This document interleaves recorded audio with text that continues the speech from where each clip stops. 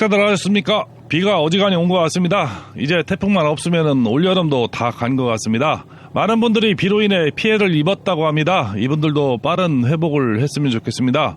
요즘 비가 와도 집중호우가 오고 피해도 많이 나는 것 같습니다. 덥기도 덥고요. 여러분은 피해가 없으시길 빌겠습니다. 오늘 이야기는 오토바이에 입문하는 분들이 꼭 알아야 할 것에 관한 이야기를 좀 해볼까 합니다.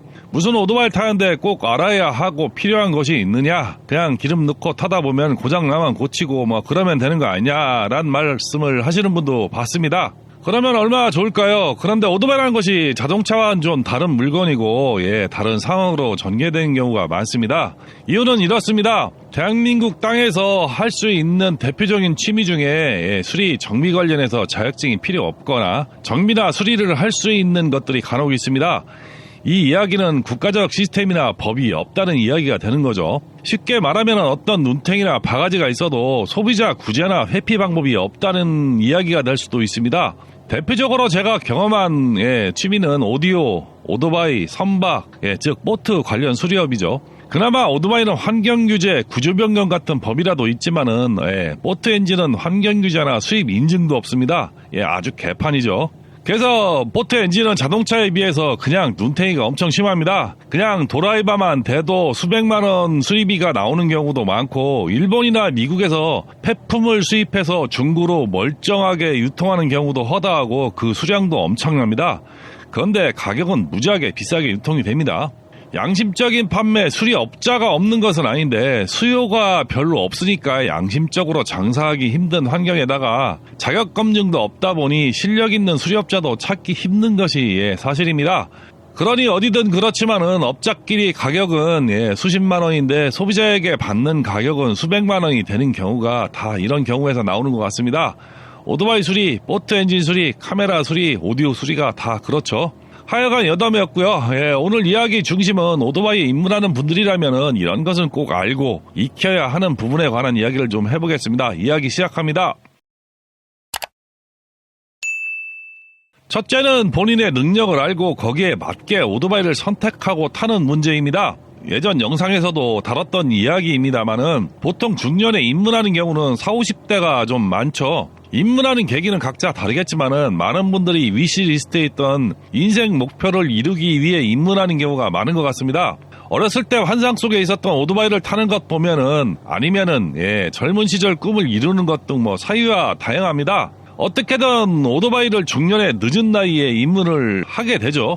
문제는 목표를 이루고 나니 생기는 부가적인 문제가 많다는 것입니다. 젊은 시절 오토바이 경험이 있든 없든 생기는 문제가 본인의 신체의 변화죠. 40, 50대는 신체의 변화가 많은 시기입니다. 저도 50대 중반을 넘어가는 상황이라서 과거를 회상하다 보면은 27살 넘기면서 이틀밤 이상 새는 것이 안 되기 시작했고요. 30대에는 군대에서 훈련받다 다쳐서 그런지 무리한 운동을 하면은 한쪽 무릎에 통증이 생기기 시작했습니다. 40대 초반에는 노안이 오기 시작해서 낚싯바늘에 낚싯줄을 깨려면은 안경을 벗어야 했고, 50대 초반에는 혈압과 당뇨 초기 증상으로 약을 먹기 시작했습니다. 당연히 오토바이를 타는 것도 체력과 순발력이 떨어지다 보니 10년의 평균 주행속도가 10km씩 떨어지는 것 같습니다. 그나마 다행인 것은 모발에 힘이 빠지고 흰머리는 늘었지만은 미관상 머리 숱이 줄지는 않은 것을 천만다행이라고 생각을 합니다. 저처럼 자학 증상을 느끼며 내가 과거의 젊은 내가 아니다라는 것을 인정하는 사람도 있고 절대 인정을 안 하는 사람도 있습니다. 문제는 인정을 안 하거나 못하는 사람이 사고칠 확률이 훨씬 높다는 것입니다. 노안이 오고 새치가 나고 머리숱이 주는 것만큼이나 신체의 반사신경도 줄고 상황을 이해하는 판단력도 둔해집니다.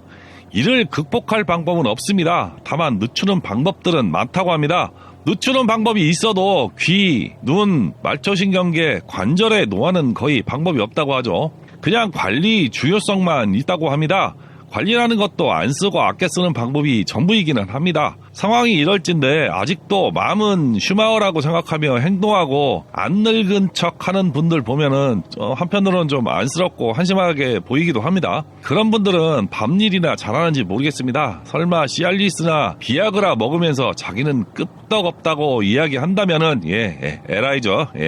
오토바이 타는 것에 맞춰서 이야기한다면은 중년에 입문하시는 분들은 오토바이 성능을 추구하기보다는 안락함이나 편안함에 방점을 두고 오토바이를 선택하시고 속도 반응성이 좀 감당이 가능한 낮은 배기량을 선택하고 또 추단이 쉬운 가벼운 오토바이를 선택하는 것이 좋은 선택이라고 저는 생각을 합니다. 꿈에 그리던 할리, 골딩 좋죠. 좋은 건 모르는 분 없습니다. 그러나 추단이 안 되죠. 넘어지면 혼자 일으켜 세우지도 못하는 오토바이가 과연 옳은 선택일까요? 저는 아니라고 생각을 합니다. 오토바이만 있으면 다 탈 수 있어 라고 하는 사람도 있습니다. 오토바이는 그냥 타기만 하는 것과 내가 즐기는 것은 좀 다르다고 저는 봅니다. 자동차로 이야기한다면은 출퇴근만 하는 차와 스포츠 드라이빙 하는 차이 정도로 보시면 비슷한 비유? 그렇게 될 겁니다. 그래서 그냥 타는 사람이 오토바이와 즐기는 사람이 오토바이 접근 방식이 다르다고 저는 생각을 하고 대하는 자세도 다르다고 생각을 합니다. 또 사고 대처 능력도 당연히 다르겠고요. 중년에는 위험한 주행도 하면 안 되지만은 속도도 스타일도 바꿔야 합니다. 당연히 속도에 대한 반응이 늦으니 속도가 빠르면 빠를수록 위험한 것은 당연하죠.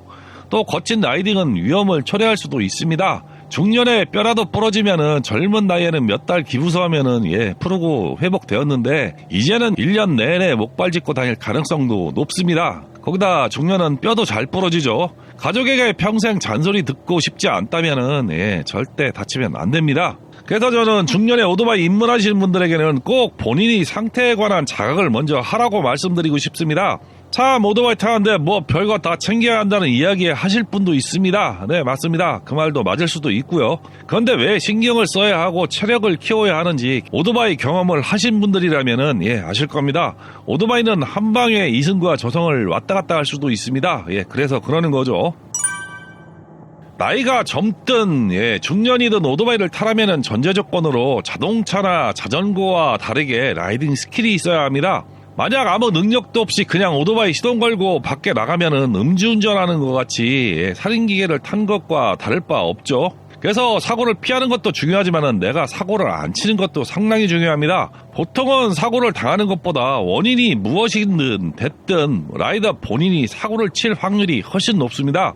사고를 치지 않기 위해서라도 일정한 라이딩 스킬은 최소한 갖춰야 한다고 보는 사람입니다. 아무것도 모르고 시작하면은 누구의 도움 없이 영원히 아무것도 모르고 오토바이 탈 수 있습니다. 진짜 오토바이 오래 타신 분들과 이야기하다 보면은 와, 저렇게 오토바이를 타는데 여태까지 살아있구나 라고 느낄 때도 있습니다. 그냥 우물 하나의 개구리처럼 사는 거죠. 앞에 이야기했듯이 오토바이는 딱 한 방으로 저승과 이승을 왔다 갔다 할 수 있다고 말했듯이 그런 분들은 그냥 운이 좋아서 살아있는 겁니다. 그래서 처음 입문하고 실력을 키우기 위해서는 반드시 누구의 도움이든 필요합니다. 그것이 라이딩 선배든 라이딩 스쿨이든 상관은 없습니다만은 가급적이면 공인된 라이딩 스쿨을 다니시는 것이 좋습니다. 그래야 실력도 빨리 늘고 열심히 합니다. 돈 주고 배우는 것이 머릿속에 제일 잘 들어오죠. 이런 상황도 안 된다면은 라바콘 10m 간격으로 놓고 팔자 도는 것이라도 하라고 이야기한 적이 있습니다. 이게 골프만 그런 것이 아니고 처음 입문해서 이상하게 벌어뜨려 놓으면은 쉽게 고치지도 못하고 평생 가죠. 처음 시작할 때 폼 이상하게 벌어뜨리면은 평생 이상한 폼으로 골프 스윙하는 것이랑 똑같아서 그런 상태로는 절대 실력이 늘 수가 없습니다. 골프나 오토바이나 몸으로 하는 운동이죠. 그래서 자동차, 자전거와는 완전히 다르다고 제가 이야기하는 이유가 여기에 있습니다. 그리고 평소 연습도 중요하지만은 이미지 트레이닝을 많이 하시는 것이 좋습니다. 라이딩을 한 후에 꼭 일정을 복귀하시고 위험한 순간이 있었으면은 내가 어떻게 회피하는 것이 최선인가 복귀하면서 이미지 트레이닝을 하시면은 위험한 순간에 사고를 회피하는 능력이 자연스럽게 늘어나게 될 겁니다. 이 부분이 상당히 중요하죠. 경험이 많은 분들이 사고를 안 내는 것은 위험한 상황을 많이 경험했기 때문에 쉽게 사고 상황을 회피하고 대처하기 때문이라고 저는 생각을 합니다. 그래서 평소에 이미지 트레이닝이 상당히 중요하죠. 서두에 이야기했듯이 우리나라는 오토바이 수리에 관한 자격이나 능력을 검증할 방법이나 법적인 절차가 현재로서는 미비합니다. 더 문제는 자동차처럼 수리점을 개설하는데 자격검증 없이 신고제로 운영하기 때문에 벤치 드라이버만 있으면 오토바이 수리점을 할 수 있습니다. 그러다 보니 무자격, 무능력자가 넘쳐나죠. 입으로는 너도 나도 실력자라고 이야기하기는 합니다. 그러나 다 그런 것은 아니고 성실하고 실력 있는 정비샵도 있지만은 그냥 수리샵 열어놓고 한 방만 노리고 있는 정비업자도 있다고 저는 봅니다. 만약 여러분이 그런 실력이 없는 정비샵에 가서 이유 없이 당한다면 어떨까요? 심지어는 정비 실력이 안 되니 고장난 오토바이 입고해놓고 다른 정비샵에 용역 주는 경우도 많습니다. 거기다 수리부속은 언제 올지도 모르죠. 문제는 혼다나 유명 메이커도 마찬가지지만은 수리부품 부속 문제로 한두 달 오토바이 세워놔야 하는 것은 아주 흔한 보통 일입니다. 저도 그래서 1년을 꼬박 세워놨다가 결국 제 손으로 해결한 일도 있습니다. 그래서 내가 정비에 관해서 하나도 모른다면은 어떤 일이 있을지는 더 이상 이야기하지 않아도 뻔한 이야기가 되죠. 기본적으로 눈탱이 맞는 것은 기본이고 필요없는 정비, 잘못된 정비를 받아도 결국 내 돈을 내야 하는 거죠. 그냥 호구되는 것은 순식간입니다. 거기다 라이딩 하다 보면 빵꾸도 나고 간단한 고장이나 볼트너트가 풀려서 현장에서 간단한 조치 정도는 해야 할 경우가 많습니다. 오토바이가 넘어져도 빵꾸가 나도 혼자 해결 못하고 어떻게 이거 어떻게 하면 좋지 하면서 그냥 쳐다만 보고 있는 것과 내가 내 손으로 수리하는 것은 돈을 떠나서 그냥 기본입니다. 기본적으로 수리 능력은 없더라도 최소한 내 오토바이가 어떤 문제가 있는지 어떤 이상이 있어서 평소와 다른지 정도는 알아야 더 이상 연쇄적으로 나는 고장을 방지하고 수리할 수 있는 상황이 됩니다. 자동차도 중고차 구입 시 전주인이 여자라면 걸으라는 말이 있습니다. 평소 관리의 중요성을 말해주는 아주 고유명사 같은 이야기라고 저는 생각을 합니다. 자동차보다 더 예민하고 오토바이는 평소 관리를 하는 사람에 따라서 오토바이 컨디션이 엄청 달라집니다. 관리 못하는 사람이 타는 오토바이는 2, 3년만 돼도 똥차가 될 수도 있고 관리 잘하면 10년, 20년을 타도 새 차같이 관리할 수도 있습니다. 그래서 최소한 빵꾸 정도는 본인이 해결하고 볼트너트 풀린 것 정도는 쪼일 줄 아는 정비 능력은 키워야 한다고 저는 생각을 합니다. 입문하시면 125cc 싸구려 중고로 시작하라는 이야기 중에는 구조적으로 제일 간단하고 쉬운 저배기량 오토바이로 뜯어보고 씹어보고 고쳐보고 하라는 이야기도 포함되어 있습니다. 저배기량 구조를 이해하면 대부분 대배기량도 비슷한 구조 선상에 있기 때문에 이해하기 쉬운 면이 있습니다. 제발 처음 입문하셨다면 저배기량을 한 번이라도 거쳐서 미들급이나 고배기량으로 가시기 바랍니다. 그래야 오토바이를 쉽게 이해할 수 있습니다. 그리고 간혹 정비샵에서 수리비 비싸다고 진상 부리는 중년들도 간혹 있습니다. 모르면 그렇게 당하거나 엄한 짓거리 하는 거죠. 또 나이 먹으면 공통적으로 생기는 버릇 같은 것이 있습니다. 꼭 당하고 경험해야 이해하고 대비를 하는 사람들이 많죠. 그리고 정비 사기든 빵꾸든 당하고 나면은 세상 억울한 것처럼 이야기합니다. 대부분 그럴 겁니다. 그런데 오토바이는 무조건 일어날 일이라고 생각하고 대비하셔야 합니다. 제발 좀 말로 알려줄 때 알아들으셔야 편하죠. 전 영상에 이야기한 부분인데 본인의 성향을 잘 알아야 기종 선택의 실패를 줄일 수 있다고 했습니다. 내가 오토바이를 타고 무엇을 하는지 목적성과 내가 좋아하는 것이 무엇인지 명확하게 아는 것이 중요합니다. 처음 입문하면 대부분 오토바이에 올라앉아서 달리는 것만으로도 좋아서 아무 생각이 없는데 절대 그게 다가 아니란 것은 조금만 오토바이를 타다 보면 바로 느낄 수 있습니다. 내가 과시용으로 비싼 오토바이를 좋아하는지 경치를 보면서 천천히 달리고 싶은지 고속으로 달리면서 쾌감을 즐기는지 아니면 남들이 가지 않는 산이나 비포장 도로를 달리는 것을 좋아하는지 성향 파악이 중요하다는 말씀을 드렸습니다. 한 가지 분야마다 충실히 즐기고 다른 분야로 기변하는 것은 좋습니다만은 내게 맞지 않아서 불편해서 기변을 할 경우는 좀 상황이 다르죠. 잘못하면 오토바이 취미에 대한 흥미를 잃을 수도 있고 금전적으로 많은 데미지를 남길 수도 있습니다. 충분한 시간을 가지고 여유 있게 생각해야 답이 나오는 경우도 있죠. 조급하게 생각하지 말고 그냥 꽂혀서 지르지 말고 이성적인 판단을 하시기 바랍니다. 우리나라에서 법적 구성 요소로 헬멧만 쓰면 오토바이 타는데 법적으로는 아무 문제가 없습니다. 그런데도 날이 덥든 춥든 안전장비로 싸매고 다니는 것은 멋이 아니라 살려고 하고 다니는 겁니다. 사고도 안 나는데 무슨 필요가 있느냐는 인간들도 많죠. 그러다 사고 안 나면 다행이지만은 사고 나면은 이승 뜨는 겁니다. 남은 와이프, 자식, 부모님은 무슨 죄가 있어서 남은 고초를 겪어야 할까요? 저는 20, 30대 젊은 시절 친구들 많이 잃었습니다. 그래서 남일 같지 않아서 덥든 춥든 최소한의 안전장비는 하고 다닙니다. 인증된 헬멧, 보호대가 들어있는 자켓, 바지, 글러브, 부츠는 꼭 갖추고 라이딩하는 것이 안전하죠. 안전장비를 한번 사면 10년도 쓸 수 있습니다. 사고 한번 막아주면 그 역할은 다 하는 것이 안전장비라 생각하셔도 됩니다. 비싼 장비 샀는데 넘어지니까 다 떨어지고 헤어진다고 하는 분도 봤습니다. 원래 그런 겁니다. 대신 몸만 다치지 않으면 되죠. 진짜 일회용이라고 보시면 됩니다. TV나 유튜브에서 나오는 오토바이 경기에서 200km, 300km 달리다 넘어져도 뻘떡 일어나서 걸을 수 있는 것은 안전장비를 갖췄기 때문입니다. 만약 여러분이 달리다 넘어져서 그렇게 미끄러져 나가 떨어지면은 머리, 엉덩이, 무릎 관절, 관절이란 관절은 아스팔트에 다 갈려서 아무것도 안 남을 수도 있습니다. 이런 상황에서 마지막 내 몸을 보호할 수 있는 것이 안전장비죠. 나이 먹으면 삭신도 쑤신데 그나마 뼈만 부러지면 다행인데 아스팔트에 살이랑 뼈랑 갈려 나가면은 회복 못합니다. 장애 등급 받고 평생 목발 짚거나 고생하면서 살아야 하죠. 그러지 않기 위해서라도 나이 먹을수록 열심히 안전장비 차고 감고 라이딩 하시기 바랍니다. 돈 100만 원이면 충분히 다 마련할 수 있습니다. 안전장비는 투자도 아니고 그냥 필수라고 생각하시면 편합니다. 오토바이 사고, 안전장비도 사고 열심히 챙겼다면 이제 즐기면 되는 거죠. 문제는 오토바이를 타고 도로로 나가도 문제가 끝나는 것은 아닙니다. 도로의 차량에 의한 위협도 있을 수 있고 도로 상황이 좋지 못해서 사고 위험이 있을 수도 있습니다. 또 타고난 오토바이가 어떠니 저떠니 떠드는 인간도 있을 수 있습니다.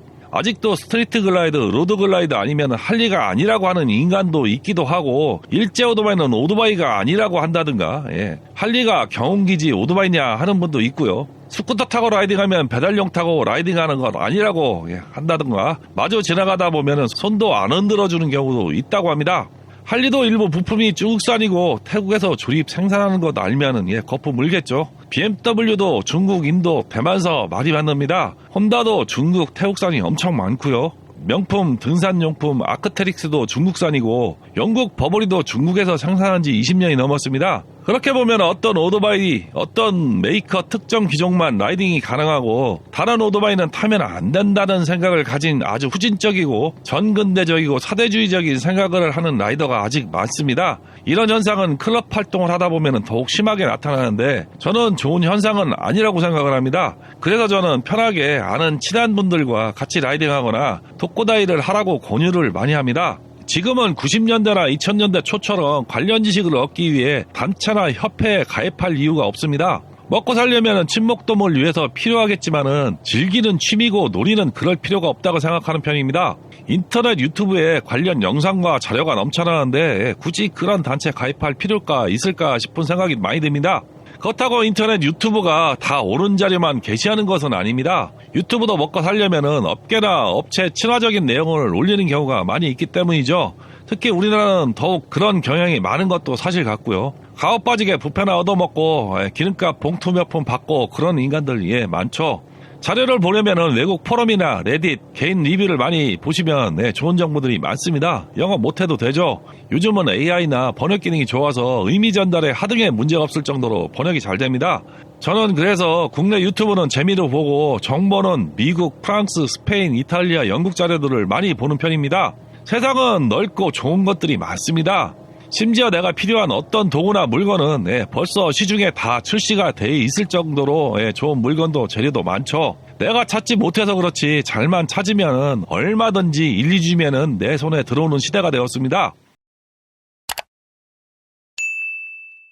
중년이 되니 주변 친구나 지인과 대화하다 보면은 경험하거나 자기가 해본 것 아니면은 믿으려 하지 않는 경우가 많더라고요. 사회학 용어로는 확증 편향이라고 하는데 자신의 기존 신념이나 가설과 일치하는 정보에만 주목하고 반대되는 정보는 무시하거나 과소평가하는 경향을 말하는데 쉽게 말하면은 남의 의견을 안 듣는다는 이야기가 됩니다.